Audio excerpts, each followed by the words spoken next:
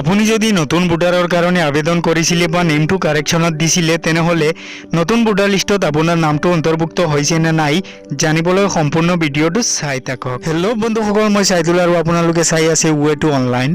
বন্ধুসকল, আপুনি যদি এতিয়া আমাৰ চেনেল ছাবস্ক্ৰাইব কৰা নাই তেনেহ'লে চেনেলটো ছাবস্ক্ৰাইব কৰিব নাপাহৰিব।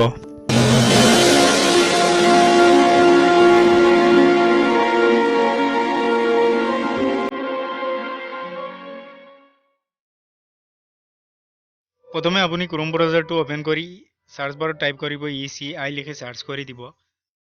তাৰপিছত একেবাৰে ওপৰত অহা ইলেকশ্যন কমিশ্যন অফ ইণ্ডিয়া ইয়াত ক্লিক কৰিব। তাৰপিছত ৰাইট সাইডৰ টপ কৰ্নাৰত থকা ডাইৰেক্টৰীত ক্লিক কৰিব। ইয়াৰ পিছত অলপ স্ক্ৰল ডাউন কৰি তললৈ যাব। তললৈ গৈ PDF ইলেক্টৰেল ৰোল ইয়াত ক্লিক কৰিব।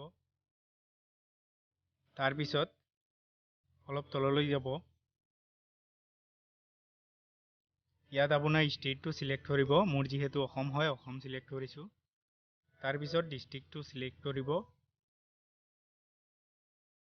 হোজাই মানে যাৰ যিটো ডিষ্ট্ৰিক্ট হয় সেইটো সিলেক্ট কৰিব। মোৰ হোজাই হয়।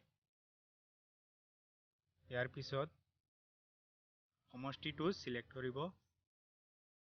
তাৰপিছত আপুনি য'ত গৈ ভোট দিয়ে অৰ্থাৎ পাৰ্ট নাম্বাৰটো সিলেক্ট কৰিব।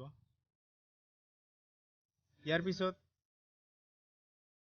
এই কাপচাৰটো লিখিব। কাপচাৰটো ভালদৰে চাব।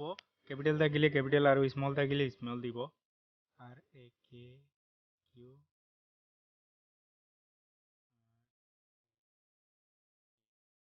Z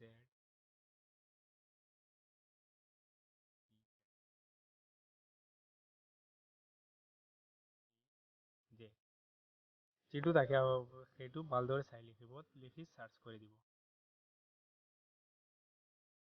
সাৰ্চ কৰাৰ লগে লগে ডাউনলোড আৰম্ভ হৈ যাব।